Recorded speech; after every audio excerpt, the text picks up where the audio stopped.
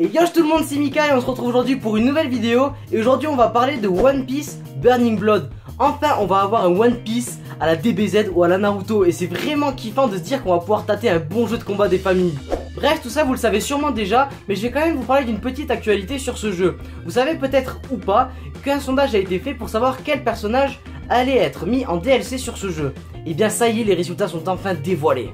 Dans ce sondage, vous aviez le choix parmi 17 personnages comme Arlong, Caesar Clown, Cavendish, Kobe, Diamante, Don Krieg, Kaku, Kuro, Magellan, Monkey D. Garp, Nefeltari Vivi, Rebecca, Probucci, Senior Pink, Tashigi, Trebol ou encore Vergo.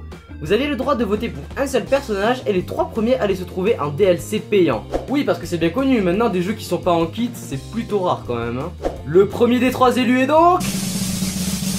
Probucci, le léopard du CP9. Perso, j'aime ce personnage et pour moi c'est avec son combat contre Luffy que commencent réellement les choses sérieuses pour One Piece. Je pense qu'il mérite largement d'être intégré dans le jeu.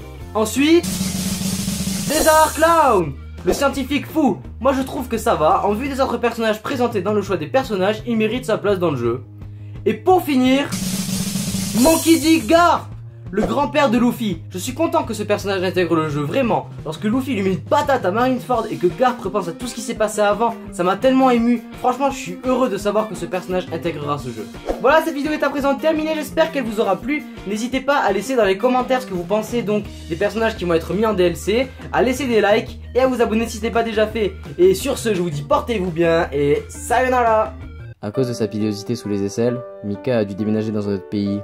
Il n'oubliera jamais ses confrères. Il pense toujours à Lucas et Panda, qui se trouvent quelque part dans ce monde.